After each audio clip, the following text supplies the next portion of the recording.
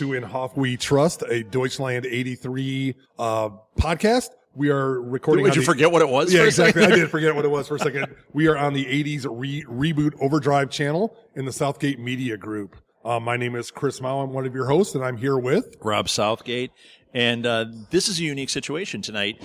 We're facing each other. Yes, we are in the same room. This doesn't happen. No, not for this one. So. Not for this one. Well, usually even our regular shows that we do together, we're sitting parallel. I try not to look at you because I don't want to laugh. No. Yeah, right.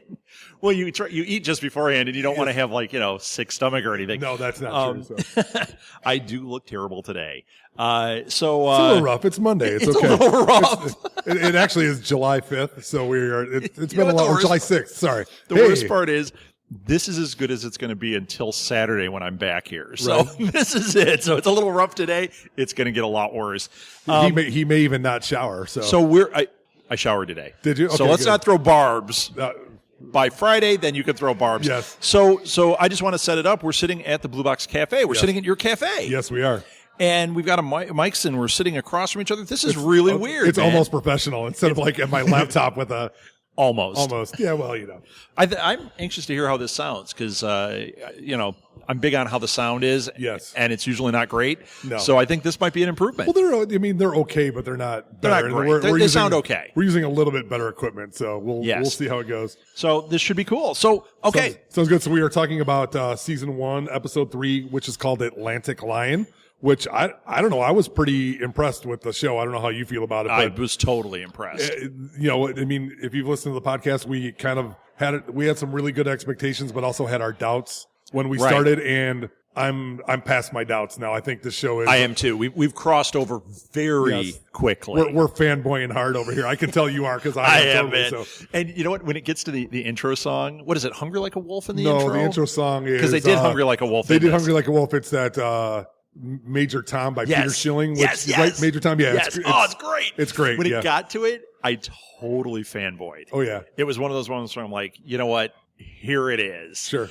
I'm totally excited to be on the show at this point. Well, for those of you who are new to the show or you haven't watched it yet, the show is done in German, spoken in German, and subtitled in English. And like we said last week, I don't even look at it's not even like the subtitles in German. Yeah, it's just like you're totally wrapped up. I got a question, Chris. Are you a guy that watches foreign movies? Have you, or is this kind of a unique experience? No, I do. I've watched many foreign movies and shows. So we used to, when we owned a store, we were in the city. Okay, every year they had the International Film Festival in Chicago. Right. And for 4 years that we lived in the city, that was the only time that we took off from our store. Right. Pretty much. Oh, cool. We would go. Every night for, 2 weeks, I think. Oh, yeah, it's like 2 weeks. Every night we'd hit 2-3 movies. I mean, 3 was tough, but we'd try and hit 2. Sure. Because we closed at 7, but we closed at 7, but we'd be there till 11 or midnight every night. Right. And as long as we were there, we'd keep the doors open. Well, those nights, door closed at 7. If you're not done with your shopping, sorry folks. Sorry, While folks. the world's Park's closed. Folks, park's closed. The moose should have told you out front. Yeah, right. And the moose. And we would go to the International Festival. So, to us, watching foreign films got to be really regular habit. Right. And it's been a while. Mm-hmm. Once in a while something, but this has gotten me right back into it. I was going through Hulu last night, right, and there are so many great foreign movies on there, and I'm like, I could fall into any one of these. I'm so used to reading the dialogue and watching the movie again. This has been just a great experience. Yeah, well, and and it's awesome. I mean, it's great to see the style. It's so different. Yeah, it is. Well, I mean, there's they don't do things in Europe the same way we do, where it's more about the acting and the expressions of people, where we're about the bang and the we're banging the shoot up, and they're actual. This is a lot of tension. This is like a thriller. Yes, and I think that people watching this show that are in production are going to get inspired. I think we're going to see a wave of some of this. Because if you think about a show like Mad Men, Mad Men did that. It took all that bang out of it, as opposed to Breaking Bad that had a lot of bang to it. Which was all incredible, but it was a lot of bang. Right. This, they took that. I think that when people see this, they will understand, we can do a thriller without that, even though there is action. I mean, last week when they had that fight with the Asian woman, that was a lot of action. It was awesome. But this week, Nothing. Not really. There was tension though, man. Oh, there was a lot of tension. So when he was putting the bug under the desk. Yeah. And at first I'm like, oh, there's a dog, and oh, it's supposed to be tense. Yeah. And then about 30 seconds into it, I'm like, oh yeah, this is tense. Yes. Like I saw it coming and I still got tense. Right. No, it was. And then, well, you know, because they drop, you see some hints, and you see the trailers and the teasers, and he's walking around like a bandage on his hand. Yeah. And you see the dog. What happened there? And you're like, oh, the dog's totally what I thought. The dog's going to chomp him, and then the dog's basically sniffing him. You know, there's that in the preview. It shows him walking away as something blows up. Right. I keep waiting for that. Talk about the bang. You know, Yes. I'm like, does he do it? Is he just there and walks away? I mean, or does it one of the other spies that does it, and then he just happens to be there at the time, or what goes on? So yeah. Oh, okay. So anyway, this episode. Good. Yeah. You know what? I want to talk about my favorite part of this episode. Oh, sure. Go ahead. I know it's gonna be the same part as I have. So the computer. The computer. Yes. The computer. When he had that giant 10-inch disc. Oh yeah. And the guy's like, it doesn't fit. Well, first off, the wrong thing. We have to get the American. The name was like Robotron. It was Robotron. I wrote that down. It was like Robotron. You're like, really? That's the computer they have? That's awesome. Yeah, it was really good. And then the boss guy is like, well, what, you think American computers are better? And the guy's like, but I'm not saying that, but it won't work. Yeah. And then he tells the joke. Yes. And all that tension with the joke. And the guy's like, so which one of us is it? Yes. Which one of us is the drunk? Who is drunk? Us? Me, us? That was so funny. Well, yeah, if you haven't seen it, kind of preface it, they, in episode 2, Martin, however you want to say him, steals a disc with. I call him Strom the whole time. That's what I do in my notes because it's easier for me to remember. So we'll call him. We'll refer it doesn't to him matter Strom. what you call him. He's Moritz or Strom. Strom.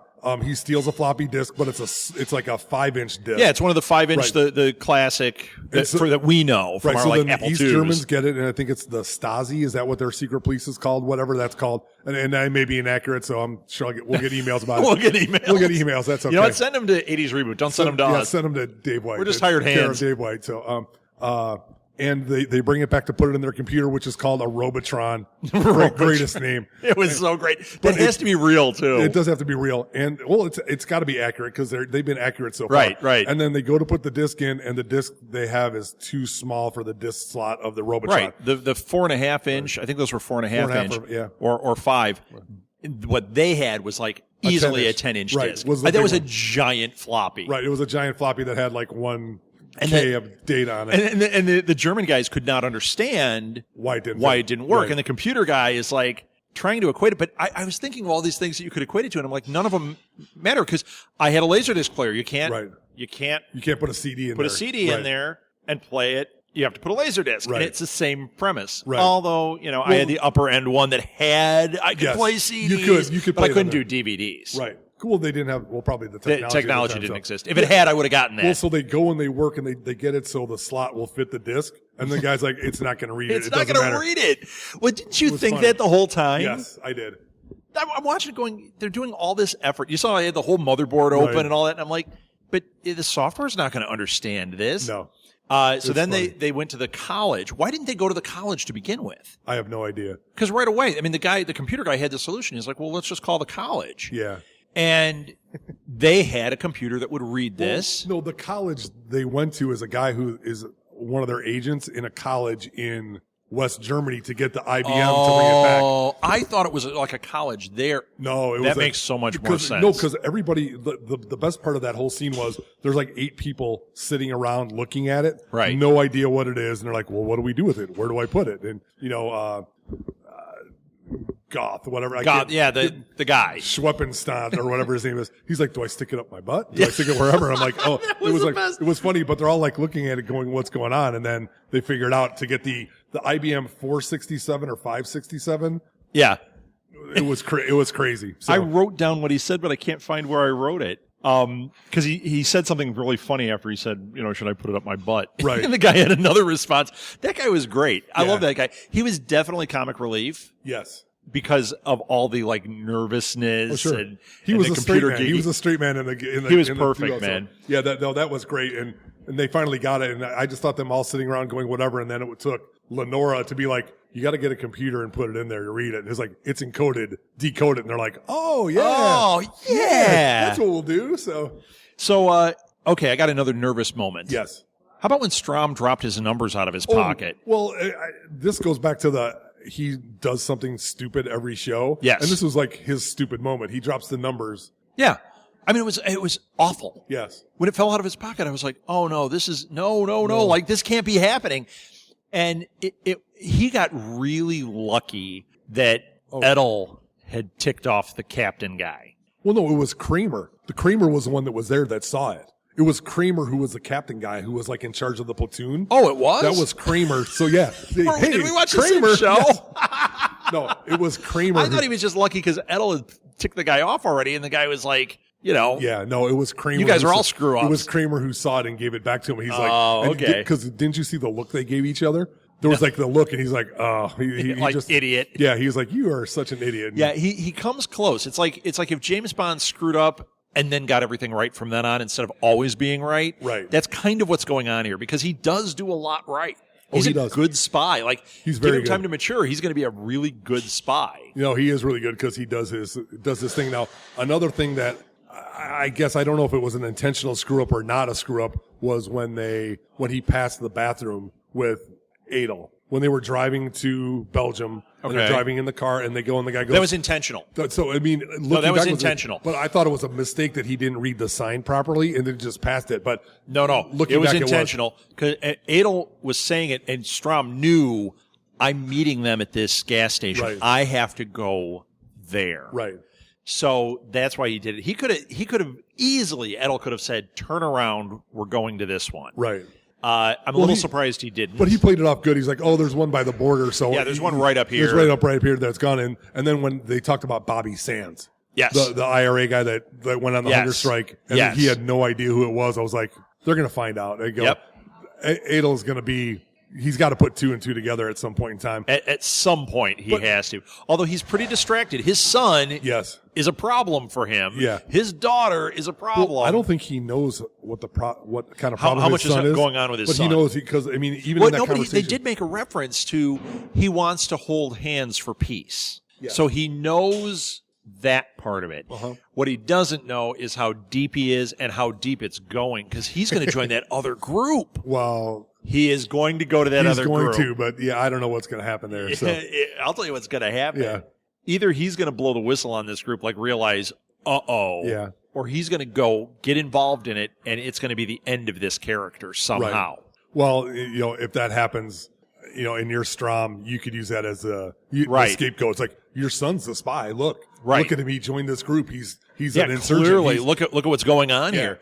And your daughter with all this, I mean, it could actually shine a light on Edel himself. Sure. Like if his higher ups are suddenly go, why is your whole family subversive here? Right. Because they don't really cut you a lot of slack no.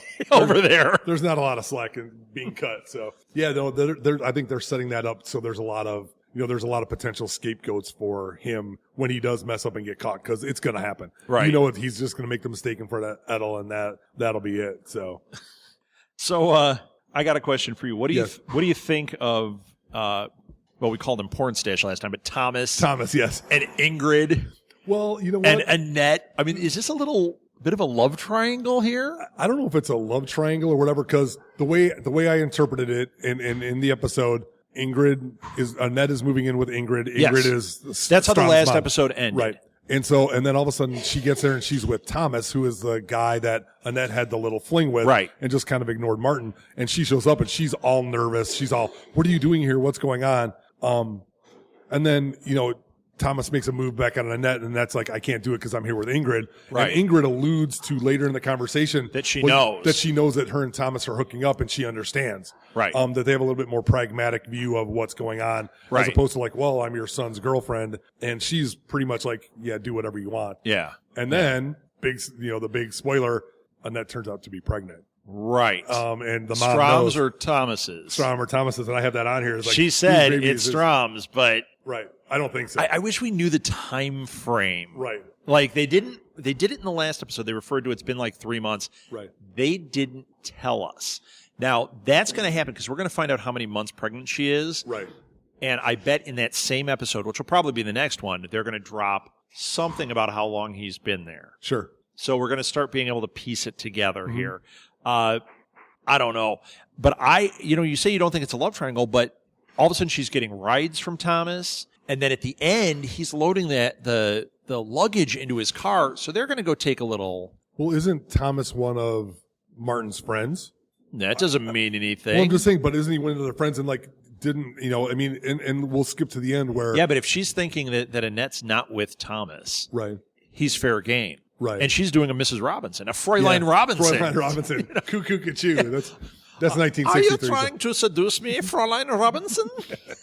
No, whatever do you mean, Schweinhund? With your porn stash, so in your 80s. That is a nice porn stash you have. And I don't know, but then, he's around, and is he like one of the black market guys that has been getting some stuff from Martin? Oh, from yeah. Strom, and that's why they, just to skip forward to the end of the show. You mean the books and stuff? The books and stuff. And I'm sure he's involved in that. Yeah. That might have been what the suitcases were. Exactly. That's what, it might have been him dropping off books or taking books. Right. So, because he was there doing some stuff, and she's like, oh, no, it's nothing. I lend him my car.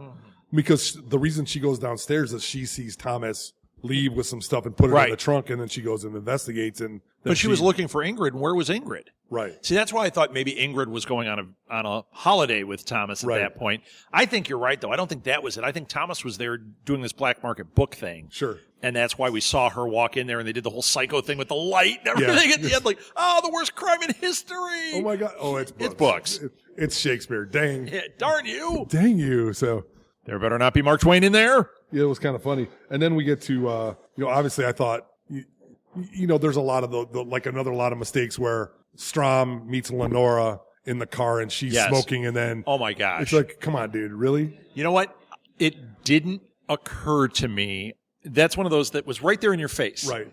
And it wasn't even occurring to the viewer, right, or at least to me, until when he got in the car and you saw Edel's face, right? And I'm like, and then he says, were you smoking? I'm like, oh my gosh, of course he smells that. It's awful. You would smell that immediately. And he didn't really let it go. I love how we can't tell what Edel's thinking yet. Right. Is he suspicious?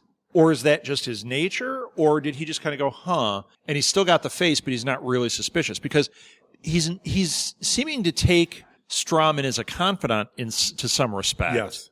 So why would he do that if he was suspicious at all? Well, has he given up anything to Strom that he wouldn't give up to anybody? No, but he was pretty loose about the fact that he was meeting some hookers there, Like he was, I don't know, man. That he was, doing the guy code on him. Which, but is for the day and like in the army, is that kind of just normal? Maybe. Is that like a normal activity? And that's there it might be also. I think that the girl, the secretary, made a reference to like, oh, that's how it is when they come into town. The secretaries or the ladies, get them. So maybe that is.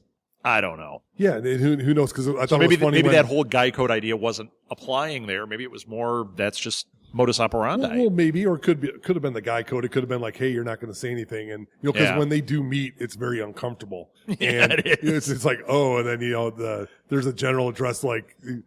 I love how he's asking about the general. Like, you think he likes the white girls? Yes. You're like, oh my. Well, gosh. his response and thinking were so Eastern Bloc. It's like, oh, he indulges in food and liquor, so he's gonna be that. And if I was Edel, I'd be like, what are you talking about? We all do. That's what we do. So. Yeah, very different. And I think when the shoe does drop and Edel has suspicions and they come to all fruition, going to add up. It's all going to click in. And he's going to be like, oh, boom, boom, boom, boom, boom. All of these clues were right there. So, which tells me if this show is going on, either Strom will have to be extracted and somehow be in another situation doing this, which doesn't make sense. Right. Or Edel will probably have to die by the end of this season. Sure. Or, no, he'll probably have to die. Because if he has his suspicions and he doesn't die, they're not going to take the word of Strom over Edel. Right.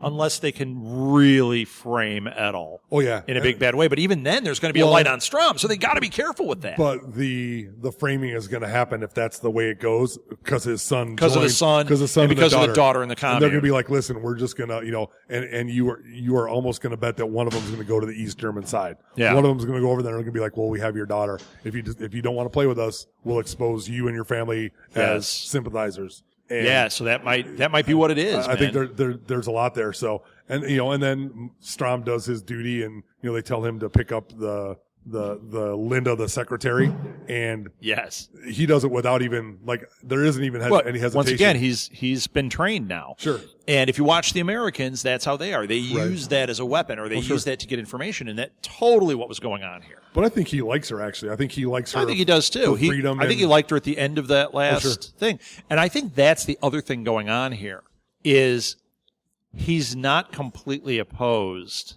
to the Western thinking. No.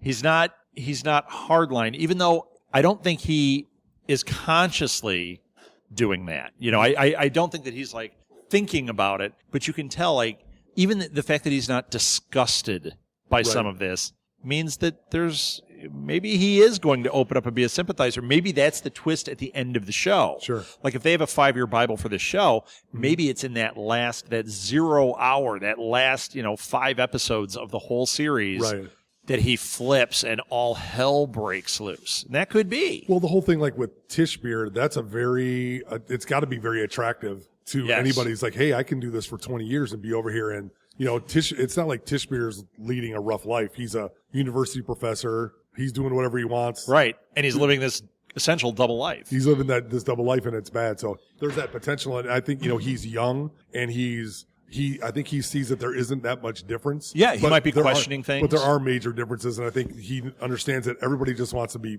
have peace. And there's no right or wrong, but the bottom line is everybody just wants to be. Well, it's interesting how they're portraying the American mentality of being very aggressive through all of this. Sure. Yet there's aggressive behavior all the way around here. Yes. And they haven't shown the Russians yet, but I have a feeling we're going to meet some Russians at some point. Yes. Because I think at this point we're just hearing of the tension coming from that direction and the tension coming from the Americans and these two sides of Berlin that are tense with each other. Right. And I think once we see the Russians and we start getting that interplay, it's going to make it tough. And maybe that is what happens. Maybe Strahm becomes a double agent at some point. Right. And he ends up dealing with the Russians. Sure. Only they know him as a West. Would that be fantastic if the West Germans ask him to be a spy against the Russians? Oh, can you imagine? That would be like a triple spy. Spying, yes. That would be That would be crazy. And then he joins the Black Widow program, and I'm a happy man. Then he's in S.H.I.E.L.D. He's yeah, right. Oh, please. They call him Kraut. That'd be awesome. We'll see. No, but I think there is, I think they've alluded to it, especially in the show a couple times. It's the Americans can do all the posturing, but if there's a fighting, it's going to happen here. Right. It's going to be here. And yeah. They're across. And they were saying that they shoot off nuclear weapons, we're all in trouble. Right. Both sides, East and West. It's not hey, they're going to shoot at Russia and we're not affected. Right. Everybody's affected. Well, yeah, because Europe is all right there. Yes. There is no. Hey, it's only 400 miles away. No, 400 miles, you're done. You're done. You're done. Yeah. You're toast. You're you're going in the dark and this is great. This is once again, I've never seen anything like this. This is something that we don't as Americans necessarily grip onto. Sure. This whole idea of, other than the Civil War, but we're we're not old enough to know that tension where your neighbor across the street is the other guy. Right. Here, it's in a pressure cooker because it's so small comparatively. Oh, sure. And they had to put a wall between them. Well, the guy standing 3 feet away from you on the other side is your enemy. That's really crazy. Yeah, it's a very weird dynamic. And, to think it's only 30 years ago they were there. I go back to I don't want to say go back to, but you look at it, what happened in Yugoslavia between Croatia and Yugoslavia, literally guys that were best friends one day, the next day were enemies. Sworn enemies, life enemies because of this. Well, there's that thing on, and I know you're not the biggest sports guy, but on ESPN, where they do a thing about Vlade Divac, who was on the Yugoslavia. I know who Vlade Divac was. I know, but is he dead? No, he's alive. All right. What about Abe Vigoda? Is he dead? Abe Vigoda, alive last week. Alive, okay. But that could have changed since Saturday. Right. But, him and Drazen Petrovic were best friends, and one was Croatian and one was Yugoslavian or Bosnian. Okay. And literally when the fighting broke out, they stopped talking. Severed. That was it. That was wow. it. I didn't know that. I know who both guys are. Yeah. Believe it or not. And they were great basketball players and great ambassadors for their country. Yeah. And then literally it's one day they were teammates. The next day I can't talk to you because you're Bosnian and I'm Croatian. Wow. So, and that's the Germans, more severe than Star Trek, Star Wars. I mean, seriously. Oh, no, it is. Well, I mean, that's real stuff. I mean, that's like... Wait. Are you saying that Star Trek, Star Wars isn't real? Should we throw down right here? Oh, no, it's totally real. It's my entire life. Right? What are you talking about? It's my entire life. From the time I was 10 to now, so... Right. Yeah, but there's no differences. I want to say, getting back to the show, they're the ones in the front line, and you can just see how the Soviets and Americas are pushing the two sides of Germany. That's their buffer. Right. It's like, hey, we have the West Germans. We're going to push them. And then the Soviets are like, hey, we're going to push the East Russians. And these two are we're not doing anything. So and there's a little wall between the two of them, feeling all that pressure. I bet that's how the show actually ends. Now, we may see him flip sides. We may get all those little things we want. But I bet in the show Bible, the end is the wall coming down. Right. Because all those tensions change. And are we going to have a whole season of no tension? Probably not. No, probably not. So, and chances are really good we're getting a Hoff sighting at the end of this. At the end of it, yes, with Kit. Kit will be there. So, there is, and there's that distinct possibility. And then there was a lot of tension after the wall fell down because the West Germans weren't really appreciative. They were very happy that the wall was gone, but then they have all these people who there was still a lot of tension. No money, no education, no property. Right. All of a sudden, hey, we're here. Yeah. You need to clothe us, feed us, give us cars, build us highways, and all with your money. Okay, that's great. So there was a lot. I mean, there'll be the tension, but I don't think that makes compelling TV. No, probably not. Negotiations. So. It's like episode 1 from Star Wars. Not exactly compelling. No. Let's talk trade negotiations. Yes, trade negotiations. Hey, but it was Liam Neeson. And Edel's son becomes Jar Jar Binks in that story. Yeah. Misa. Misa talk Big Boss Nash. Yeah. The worst. Yeah, absolutely the worst. The worst. It is. It's horrible. So, okay, I got the best line. Okay. Do you have a line that stood out to you? Because I got the best. Go for it. For me, it was actually an exchange. So it's not just a line. Right. It was by a computer programmer that I love. When he figured it out, he goes, "Cool." And the guy goes, "Don't say cool." Yes. Okay. Don't say okay. I actually rewound it because it was so funny. I was like, I gotta watch this. And the look he gives him is like, "I'm gonna kill. You're gonna explode. Yeah. Your head is gonna explode because I hate you." But he's just like, "I can't do it." I think that my favorite line was like, "What do I do? Stick it in my butt?" That was a really funny line. There's 8 people sitting around. There's a floppy disk on a desk. They're all in their bad brown suits. What do we do? What do we do with this thing? Do I just stick it up my butt? What do I do? It could have been like a phaser from Star Trek. Plopped down on their table. What is that? What is this thing? I have no idea. Crank it open, see if there's writing on it. Exactly. What are we going to do? And he opens it, or he gets it in, it's just numbers. Right. I love that. And then they're like, "Oh, well, you have to decode it." And the guy's like, "What? Huh? What are you talking about?" Oh, yeah. It was a Shaggy moment, so it was good. Oh, it's so good. Well, there are a good, not a huge number, but I think a decent number of like those 80s things that pop up. Yes. The thing with the Walkman. Yeah, we always talk about the 80s thing. That was great. That was fantastic because he's talking to Bob Marley he's talking to literally like the Jamaican dude who's in there. He's like, "Oh, I got your stuff." It's like, and he pulls out a Walkman. He's like, "What?" He goes, "Walkman." And then he said it. The guy's like, "What is that?" Yeah. No idea. And then he puts it on. That's when they played Hungry Like a Wolf. Right. And the guy's just like amazed. It was amazing. This is incredible. And then what does he do? He brings the girl down there to put this on. And she just sits there like, "This is the greatest thing I've ever experienced." Well, do you remember when you got your first Walkman? Oh, sure. It was life changing for me too. It's like, I can take my cassettes anywhere. So, and for those of you who are not old enough to clip it on your giant belt and you walk around with those stupid headphones. Well, it was like a 10 by 10 thing. It was huge. It lasted like 5 minutes on the batteries you had. So. It was like that floppy. Yes. It was horrible. What do I do with this? But a Walkman is basically like an MP3 player, except it held cassette tapes. Right. And Rob and I are old enough to be from the cassette tape era where you would make cassettes and then you would make mixtapes, and that's what you did. And that's what you spent a lot of time. Oh, yes, and you did. And it was very hard and very painstaking to do it. And going to the library where you could check out albums and you check them out and record them on your tape. And, and the tape would last about 4 playings and then be done. Then be done. It would snag and you'd like lose half of it. So that's how it was. I had a high quality. Mine lasted 5, I think. Oh, wow. Yeah, but you do Rich that. kid. No, not at all. So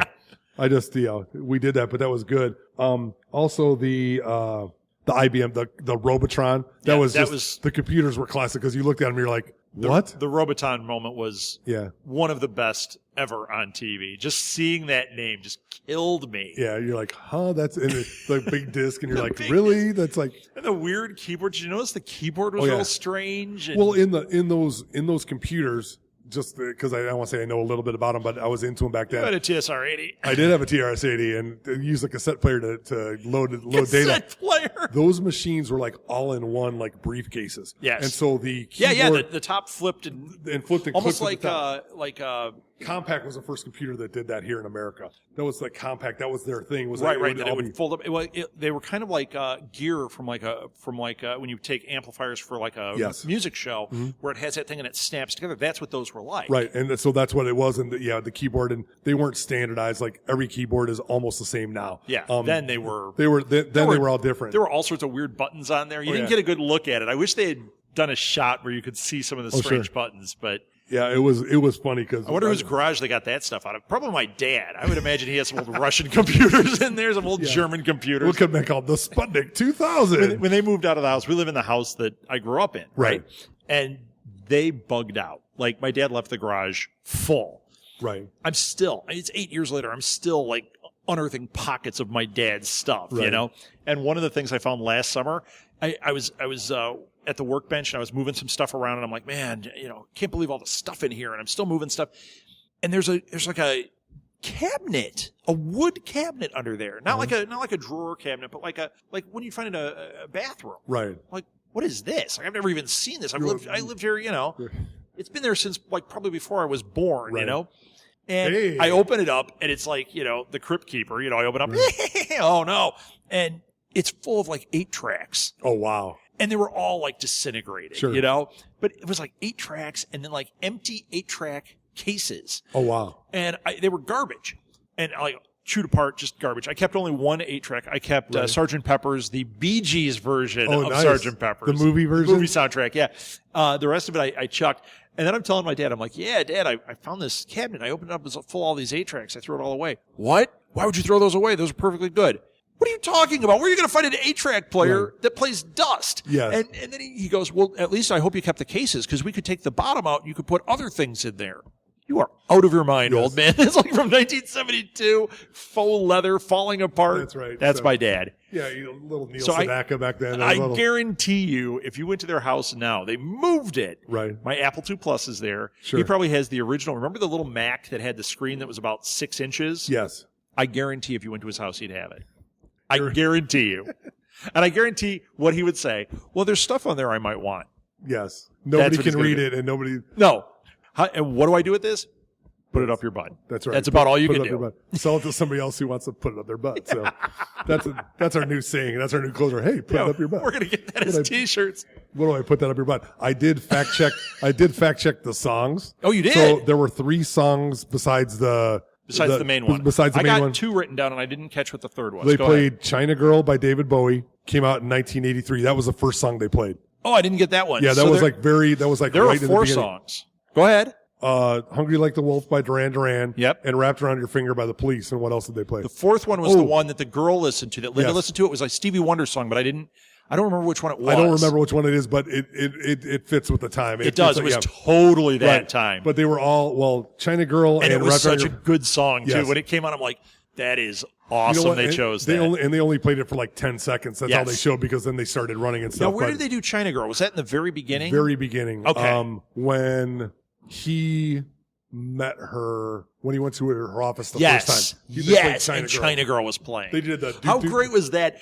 when she was writing the lyrics to the song, and then you were seeing it on the computer at the other end? That was fantastic. That was another one of my favorite scenes, because what happens is a Strom goes in and bugs the desk that they think is going to go into Mayer's office, and Mayer, who's this like genius but is like really kind of oblivious and just kind of gives away stuff, gave his secretary Linda the desk because she really likes it. Right. Well, he bugged it, and so now he's got to figure out what to do with this. Then he has to figure out what to do with it, and he just has her type, and he thinks that that's gonna do his bosses, and his bosses are sitting there smoking cigars and thinking, oh, we got this bugged, and it's really the secretary who's just typing. And Hungry like a wolf? Yes, then type the lyrics to Hungry Like a Wolf, and I'm like, oh my gosh. That was great. That was great. So, and you know what was great about that also? His assignment was to make her just fall in love with him. Yes.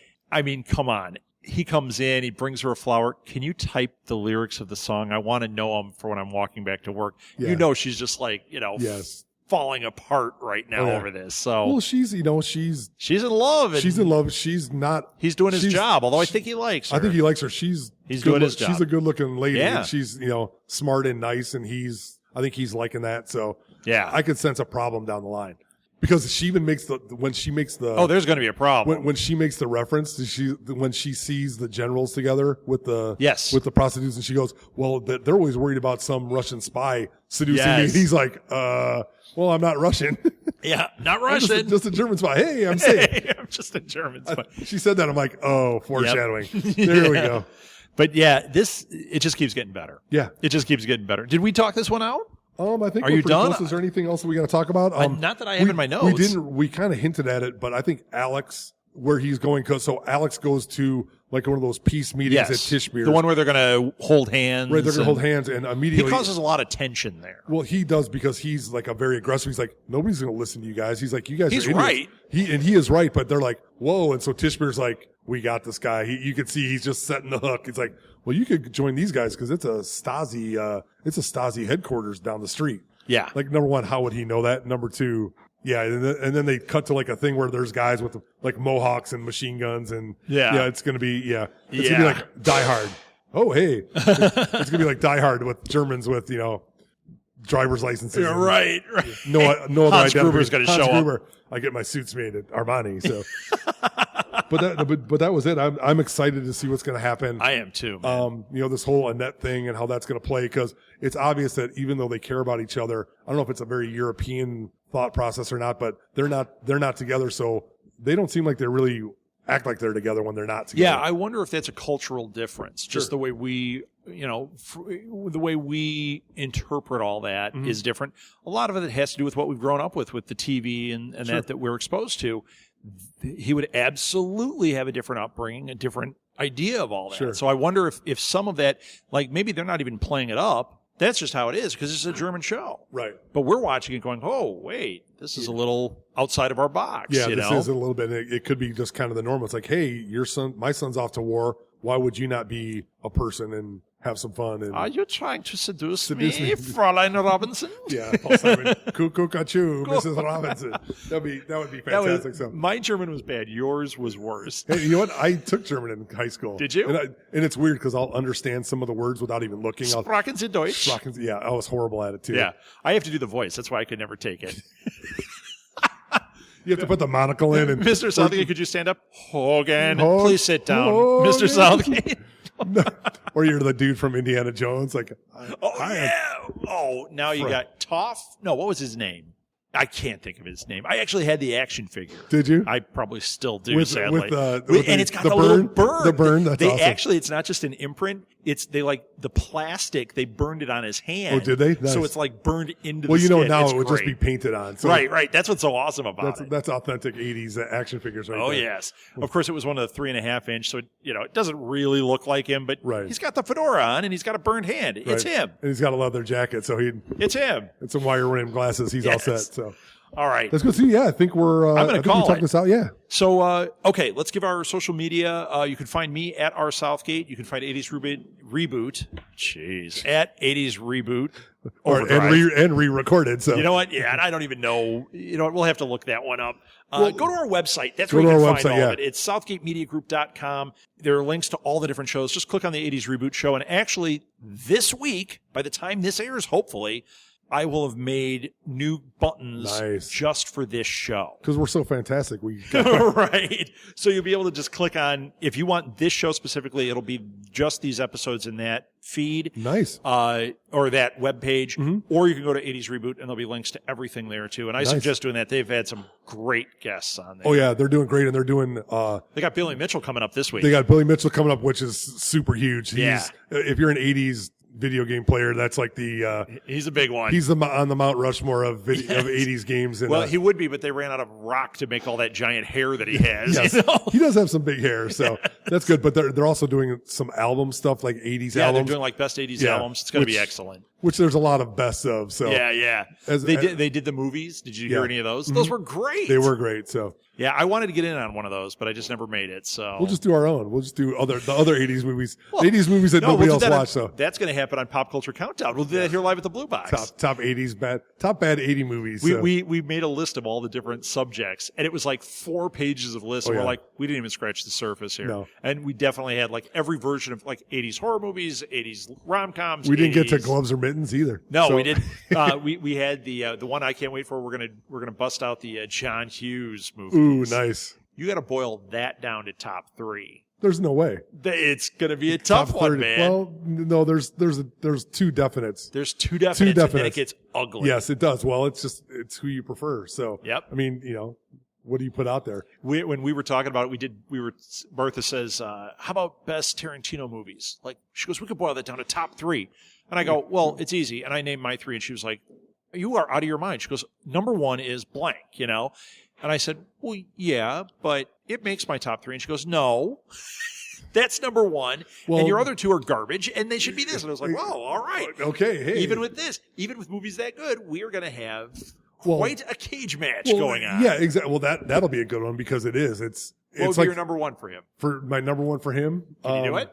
Number 1, John Hughes. Number 1, John Hughes, Breakfast Club. Yeah, Breakfast Club. Breakfast Club or Home Alone would be the Ferris 2. Bueller. Yeah, Ferris Bueller, but I think that might be the top 3, but I think he's got other films. He does. He does. 16 Candles is a great movie. Yeah, it's a great movie with all of the iconic things that you took from there and the launching of the careers of people. It's hey. He also made Vacation. Yes. People don't realize Didn't he do that with National Lampoon? But he did that with it was him. Abe Vigoda. No, who else? Somebody co-wrote it with him. It didn't direct it. Oh, I don't know. Chris Columbus wrote Home Alone. Right, and then he directed. So that's good. Hey, other podcasters are coming in. So let's wrap it up. Let's wrap it up. Okay, this has been In Hoff We Trust, talking about season 1, episode 3, Atlantic Lion of Deutschland 83, and I think we're out of here. Auf Wiedersehen. Auf Wiedersehen. Auf Wiedersehen.